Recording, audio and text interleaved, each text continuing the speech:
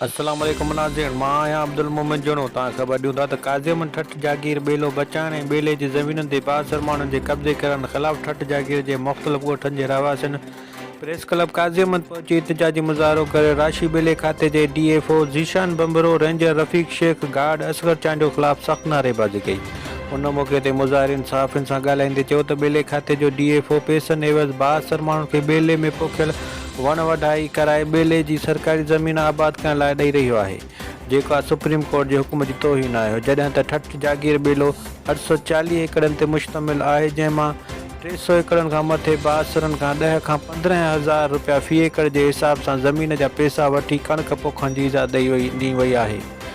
जॾहिं त मालवंद माण्हुनि खां बि हज़ारे रुपया वठण वण बहलाया वञनि था। हुननि मुतालबो कयो त ॿेले खाते जे राशि DFO ज़ीशान बंबरो, रेंजर रफ़ीक शेख, गार्ड असगर चांडियो खे जल्द खां जल्द नौकरीअ तां बरतरफ़ करे केस दाख़िल कयो वञे ऐं अदालती हुकूमत ते अमल कराए सरकारी ज़मीनुनि तां कब्ज़ो ख़तमु कराए वण पोखे ॿेला आबाद कया वञनि, न त ॿी सूरत में सख़्तु एहतजाज कयो वेंदो। एकड़ 10 खां 15,000 ताईं वठनि था, जेको उहो आबाद कराइनि था।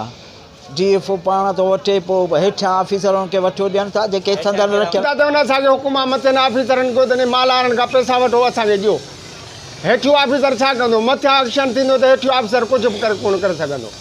ऐं उन खां साईं पैसा वठी वण बि वठजनि था ऐं ॿेलो बि काहिजे थो। मुतालबो आहे त साईं सा गर्मीअ ते वण जे गर्मी हटंदी, उन असां पाड़ेवारनि जो सुख आहे ऐं हर शइ जो सुख आहे। ऐं वॾा वण थींदा, उन खां पोइ साईं माल चरंदो, असांजो वॾो सुख आहे, सहूलियत आहे असांखे वॾी। गवर्नमेंट जी शइ आहे, असांखे अपील आहे गवर्नमेंट खे त इनखे बचायो वञे ऐं जेके कब्ज़ेदार खोड़ माण्हू आहिनि उन्हनि खे हटायो वञे। सिंधी मेज़बानी जी सुञाण टपाल मेज़बान। तव्हांजे पंहिंजे स्टाफ जूना मुदे ते हर क़िस्म जो AC, DC, सोलर सिस्टम बारे दस्तियाब आहे। प्रोपराइटर अर्शद अली।